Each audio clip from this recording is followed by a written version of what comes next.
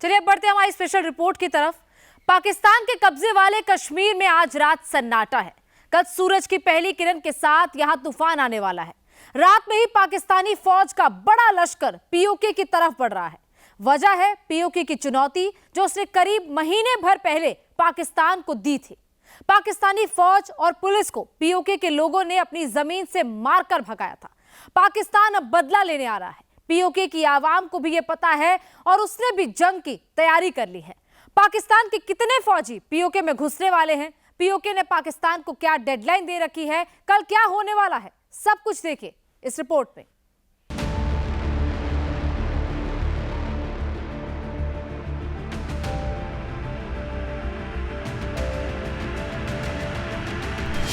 क्या पाकिस्तानी फौज ने पीओके को रौंदने की तैयारी कर ली? ये धमाका होने जा रही है गिलगित बल्तिस्तान में, मिसाइल बरसाने जा रहे गिलगित बल्तिस्तान में। आटे की कीमतों में भी कोई खातर कमी नहीं हुई है और ये सिर्फ और सिर्फ पाकिस्तान की एजेंटी का किरदार अदा कर रहे हैं। पीओके ने पाकिस्तान के खिलाफ ऑल आउट वॉर छेड़ दिया।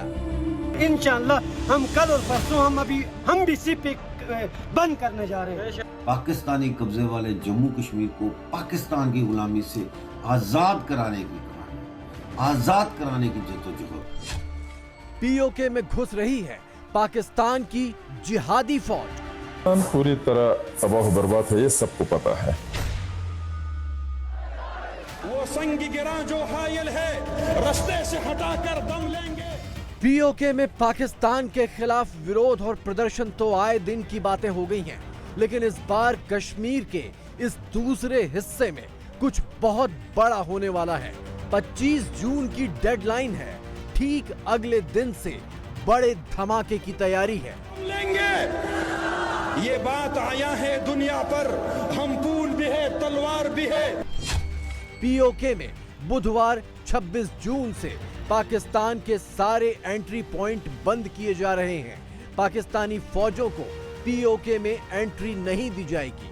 3 दिन के लिए पीओके में चक्का जाम और पहिया जाम हड़ताल है। अब 25 जून की डेडलाइन दी है कि 25 जून तक इनको छोड़ दें और अगर 25 जून तक सियासी कैदियों को रिहा ना किया गया तो पाकिस्तानी कब्जे वाले पूरे जम्मू कश्मीर में मुजाहरे किए जाएंगे और तमाम एंट्री पॉइंट्स जो हैं, एंट्री पॉइंट्स उसको कहते हैं जहां से आप पाकिस्तान से पीओके में एंटर होते हैं, उन एंट्री पॉइंट्स की तरफ लॉन्ग मार्च किया जाएगा। 26, 27 और 28 जून को 3 दिन के लिए शटर डाउन और पहिया जाम हड़ताल की जाएगी। पाकिस्तानी कब्जे वाले जम्मू कश्मीर को पाकिस्तान की गुलामी से आजाद कराने की जद्दोजहद। सियासी सिमत एक ही हो सकती है कि पाकिस्तान से आजादी और जम्मू कश्मीर और लद्दाख के साथ रीयूनिफिकेशन करके। पीओके में पाकिस्तान के खिलाफ ऐसी जबरदस्त तैयारी क्यों है? जवाब इस तस्वीर में है। पाकिस्तान का बदनाम फौजी दस्ता फ्रंटियर कांस्टेबुलरी पीओके पहुंचने लगा है। इस पैरामिलिट्री फौज का लाव लश्कर पीओके में जगह जगह दिखाई देने लगा है।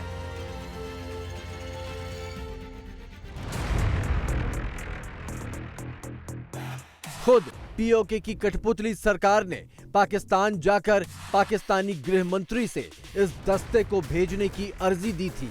ये सारा खेल फौज के इशारे पर हुआ और ये दोनों नेता सिर्फ कठपुतलियों की तरह अपना अपना किरदार अदा करते रहे। अभी तक बिजली के बिल साबका कीमतों पर जारी किए जा रहे हैं। आटे की कीमतों में भी कोई खातर कमी नहीं हुई है और नाम नेहाद आजाद कश्मीर की नाम नेहाद हुकूमत, इसके वुज़रा और तमाम एमएलए अवाम दुश्मन लोग हैं। ये पाकिस्तान की सरपरस्ती में पाकिस्तानी एजेंसियों की कासालेसी करते हुए पाकिस्तानी एजेंसियों की ईमा पर अवाम दुश्मन किरदार अदा कर रहे हैं। इनका अवाम के मुफादात के साथ, अवाम के मुतालबात के साथ कोई लेना देना नहीं है और ये सिर्फ और सिर्फ पाकिस्तान की एजेंटी का किरदार अदा कर रहे हैं। पाकिस्तान में पैरामिलिट्री फौज की नई टुकड़ी आने को लेकर पीओके के लोग सतर्क हो गए हैं। खुद पाकिस्तानी अखबार भी ऐसी खबरें छाप रहे हैं। लेकिन ये फैसला ईद के दिन ही हो चुका था, जब पाकिस्तानी आर्मी चीफ ईद मिलन के बहाने पीओके आए थे और यहाँ की कठपुतली सरकार को आदेश देकर चले गए। वजह यह है कि 26 जून से शुरू हो रहे प्रदर्शन से पाकिस्तानी फौज बहुत परेशान है। उसे लग रहा है कि अगर 11 मई जैसा प्रदर्शन इस बार भी हो गया तो उसे पीओके छोड़ना ही पड़ेगा।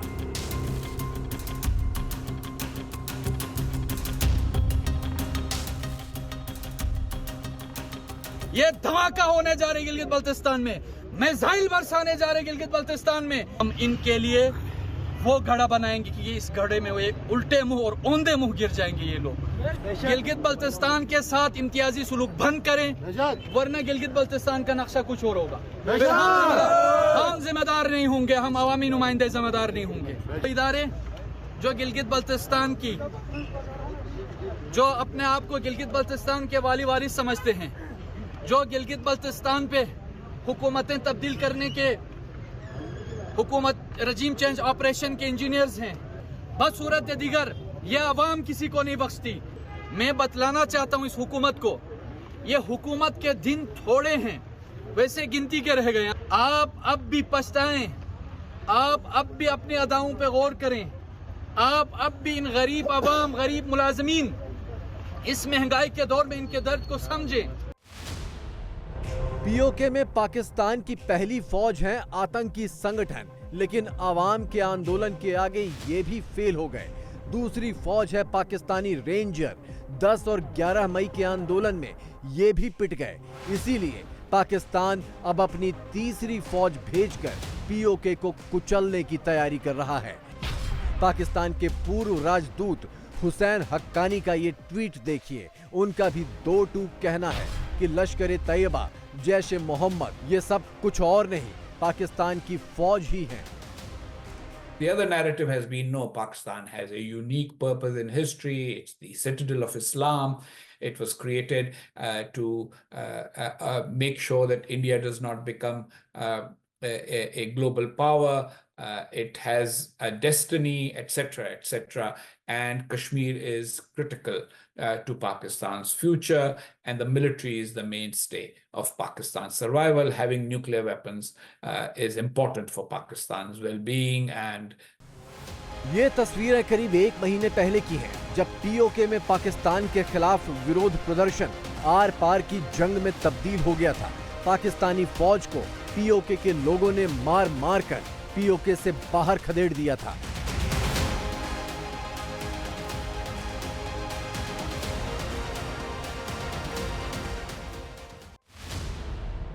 लेकिन इसके बाद पाकिस्तानी फौज ने आंदोलनकारियों को अगवा करना शुरू कर दिया। 1 सैकड़ा से ज्यादा पीओके आंदोलनकारियों का 1 महीने बाद भी कोई अता पता नहीं है। ख्वाजा खुर्शीद अहमद, जो बेसिकली नीलम वैली से जिनका ताल्लुक है, ये कारोबार पे बैठे हुए थे कि 6-7 लोग सादा कपड़ों में आए, जो 2 XLI ब्लैक कलर की कारों में जो सवार थे, यकदम उठे और उनको फोर्सिबली अपलिफ्ट किया। अपलिफ्ट करने के बाद अबडक्ट किया और कारों में ज़बरदस्ती डाल के दुकान का एक शटर नीचे करके भाग गए। आज 15 दिन हो गए हैं, उनके कोई वेयर अबाउट्स ख्वाजा खुर्शीद अहमद के पता नहीं लग रहे। उनके बच्चे परेशान हैं। नीलम वैली से ज़ुकारब, यहाँ ज़ुकारब पे खानुमा विरां और घूम रहे हैं और गली गली कुचा कुचा थानों में घूम रहे हैं, कोई ट्रेस नहीं हो रहे। वाज़ेह हो गया कि एस्टेब्लिशमेंट को एजेंसी उनको उठाकर लेके गई है, जो आज तक ट्रेस नहीं हो रहे। और फिर मजबूर होके हमने हैबियस कॉर्पस पिटीशन आर्टिकल 199 तहत दायर की। पीओके के लोगों ने बुधवार से ही सीपैक को भी बंद करने का ऐलान कर दिया है। दरअसल सीपैक गिलगित बाल्टिस्तान के रास्ते ही पाकिस्तान में प्रवेश करता है। स्थानीय लोगों का मकसद सीपैक को ठप करके पाकिस्तान को बड़ा झटका देने का है। 27 तारीख को हम सोच जा रहे हैं, जो हमारे खेरख्वाह हैं, चाहे वो अपोजिशन हो, चाहे वो इक़्तिदार में हो, चाहे कोई आम पब्लिक बंदा हो, वो हमारा साथ देने के लिए हमारे लिए सोचता जाए। और इंशाअल्लाह हम कल और परसों हम भी सीपैक बंद करने जा रहे हैं। दरअसल पाकिस्तान इस वक्त पूरी तरह चीन की बैसाखी पर टिका है और 3 दिन पहले ही चीन ने सीपैक पर और निवेश करने से इनकार कर दिया, जिसके बाद पाकिस्तान के हाथ पैर फूले हुए हैं। पीओके इस मौके का पूरी तरह फायदा उठाने की तैयारी में है। In a turbulent world of rising uncertainties, stability within the country is essential for the development of that country. Only when all political parties in the country join hands to ensure political and social stability can there be sustainable development. चीन के हाथों PoK को बेचकर पाकिस्तानी फौजी general अपनी जेबें भर रहे हैं, लेकिन आटे और बिजली के लिए तरसने वाली पीओके की आवाम बेमौत मारी जा रही है। 76 सालों से जारी लूट की इस रवायत को पीओके और गिलगित बाल्टिस्तान ने अब हमेशा के लिए बंद करने का बिगुल फूंक दिया है। पाकिस्तान पूरी तरह तबाह बर्बाद है, ये सबको पता है। बेईमानी अपनी रूज पे है, ये सबको पता है। करप्शन हर जगह है, सबको पता है। अब इसमें एक ईमानदाराना काम, इसके अंदर ये सारी चीजें, ऐसा मुमकिन नहीं है। तो गिलगित बाल्टिस्तान उसकी कॉलोनी है, तो इसका क्या हशर होगा वो हम खुद जानते हैं। टैक्स होना, अब बहुत सारी कंपनियां मैंने देखा पाकिस्तान से यहाँ शिफ्ट हो रही है सिर्फ टैक्स बचाने के लिए, काला धन बचाने के लिए। पहली बार बाजा बजाया, लेकिन सूर भी फूंकते हुए देखेंगे। ये है जम्मू कश्मीर की वो तस्वीर जिस पर हर कश्मीरी गर्व कर रहा है। चिनाब नदी पर दुनिया के सबसे ऊंचे रेल पुल की सौगात जम्मू कश्मीर को मिलने जा रही है। इस पुल पर ट्रायल रन की ये तस्वीरें पूरी दुनिया के साथ पीओके में भी देखी जा रही हैं। इन तस्वीरों को देखकर पीओके के आम लोग और आंदोलनकारी सब एक सुर में कह रहे हैं कि जम्मू कश्मीर जैसा विकास हमें भी चाहिए। हम इस खिते को, इस देश को, अपने इस वतन को हम एक बहुत तेजी के साथ हम एक तरक्की याफ्ता कौमों की फहरिस्त में शामिल करना चाहते हैं। इसके लिए इस निज़ाम का तहस नहस करना, इस जबर के निज़ाम को तोड़ना और हकीकी अवामी राज, अवाम की ताकत के जरिए हम हकीकी अवामी राज कायम करना चाहते हैं। हुक्मरानों का, रियासती इदारों का और उनके चेलों का, उनके जनाब सनतकारों का ये पुराना वतीरा रहा है। इल्ज़ामात लगाना, ये शरपसंद है, ये एंटी स्टेट है, ये फलाना मुल्क के जनाब एजेंडे पे काम कर रहे हैं, ये कोई नई बात है। साफ है, हमें अपने एजेंडे का पता है। हमारा एजेंडा, पहला और आखिरी एजेंडा अवाम को इस जबर और इस्तिसाल के निज़ाम से आज़ादी दिलाना है। विकास तो छोड़िए, पीओके के लोगों को आटा और बिजली मांगने पर पाकिस्तानी फौज की गोली मिलती है।